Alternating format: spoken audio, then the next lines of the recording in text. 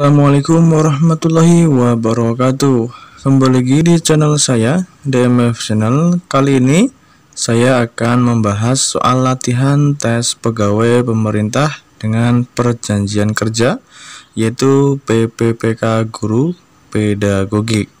Langsung saja, di sini ada kompetensi, capaian pembelajaran, indikator esensial.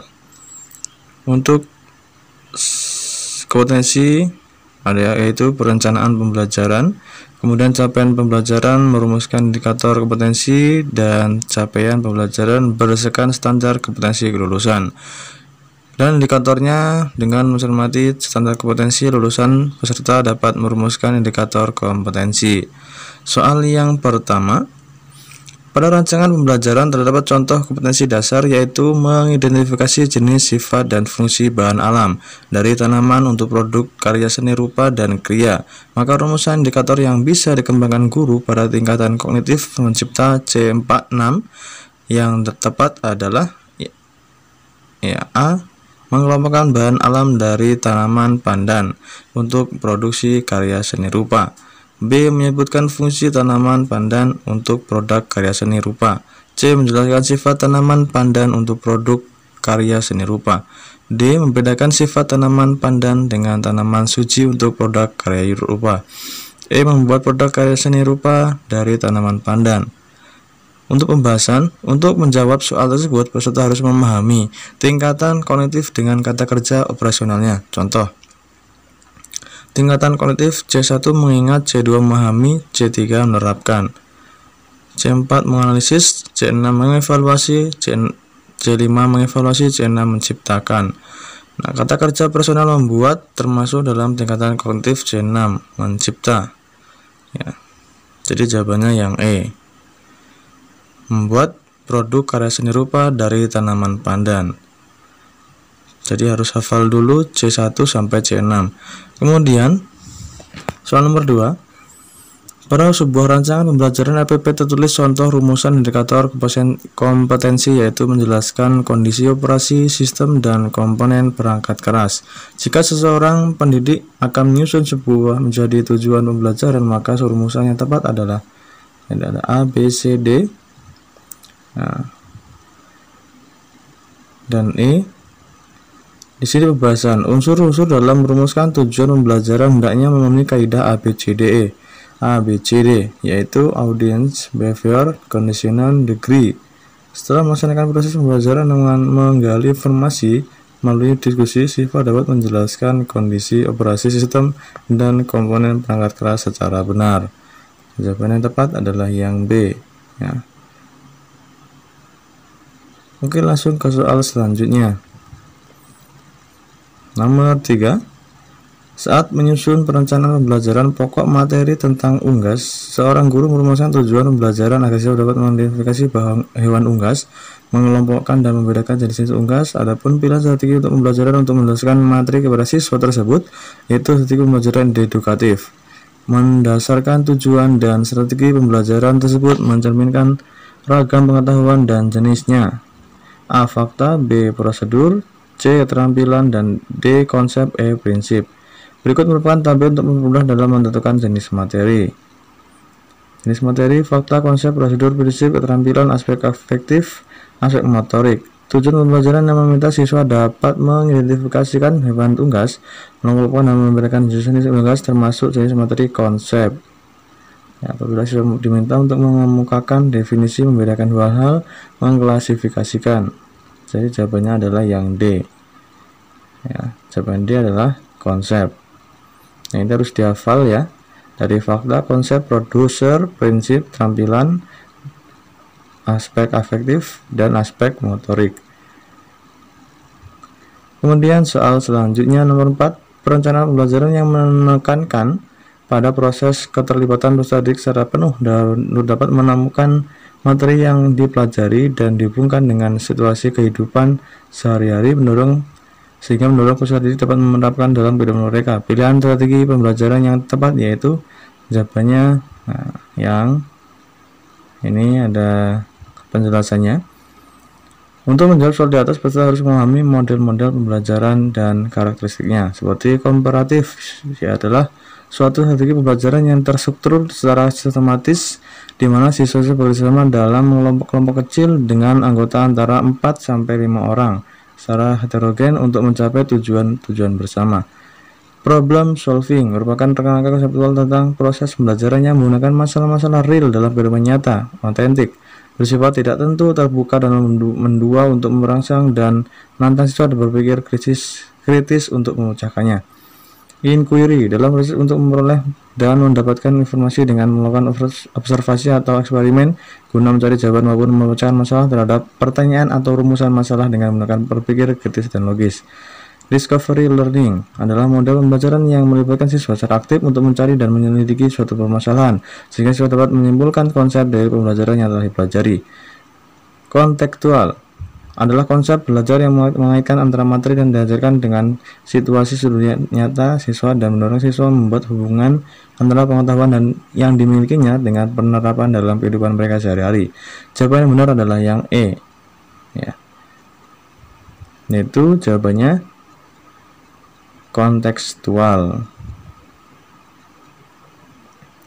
Kemudian soal selanjutnya nomor 5. Saat merancang pembelajaran, seorang guru ingin menyederhanakan konsep, prinsip, hukum, dan kompleks sehingga dapat memperjelas penyajian pesan secara tertulis. Media apa yang paling tepat dipilih oleh guru tersebut? Yang A. Bagan, B. AP, C. Flipchart, D. Foto, E. Gambar. Pembahasan. Yang pertama, media foto. Kelebihannya sifatnya konkret, menuliskan pokok masalah dibanding media verbal, dapat mengatasi batasan ruang dan waktu, mengatasi keterbatasan pengamatan, dapat memperjelas suatu masalah, murah harganya dan gampang didapat serta digunakan. Kelemahannya yaitu hanya melakukan persepsi indera mata. Gambar atau foto terlalu kompleks, kurang efektif untuk kegiatan pembelajaran. Ukurannya sangat terbatas untuk kelompok besar. Syarat pembuatan media foto yang baik: autentik, sederhana, ukuran relatif, mengandung gerak dan atau pembuatan gambar hendaklah bagus dari sudut seni.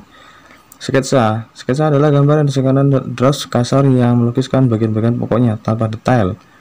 Ya, diagram sebagai suatu gambar sederhana yang menggunakan garis-garis dan simbol. Diagram atau skema merupakan suatu dari objeknya. Nah, ini ada semuanya sudah jelas di sini. Grafik. Dan jawabannya adalah A. Ya, jawabannya adalah A, yaitu tadi kita lihat lagi soalnya atau jawabannya adalah Bagan.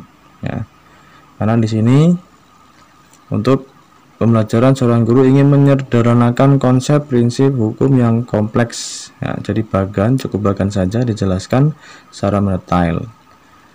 Kemudian soal yang nomor 6. Seorang guru merancang evaluasi dengan mendasarkan pada indikator dan tujuan pembelajaran yang sudah ditentukan di RPP. Evaluasi tersebut dimaksudkan untuk menentukan hasil dan kemajuan belajar siswa. Maka jenis evaluasi yang tepat dipilih oleh guru adalah evaluasi formatif, sumatif, selektif, diagnostik, penempatan. Evaluasi diagnostik adalah evaluasi yang ditujukan untuk menelaah kelemahan-kelemahan siswa beserta faktor-faktor penyebabnya. Evaluasi selektif adalah evaluasi yang digunakan untuk memilih siswa yang paling tepat sesuai dengan kriteria program kegiatan tertentu. Evaluasi penempatan adalah evaluasi yang digunakan untuk menempatkan siswa dalam program pendidikan tertentu yang sesuai dengan karakteristik siswa. Evaluasi non formatif adalah evaluasi yang dilaksanakan untuk memperbaiki dan meningkatkan proses pembelajaran dan mengajar. Jawabannya 5. Evaluasi sumatif adalah evaluasi yang dilakukan untuk menentukan hasil dan kemajuan belajar siswa. Jenis evaluasi berdasarkan sasaran: evaluasi konteks, evaluasi input, evaluasi proses, evaluasi hasil.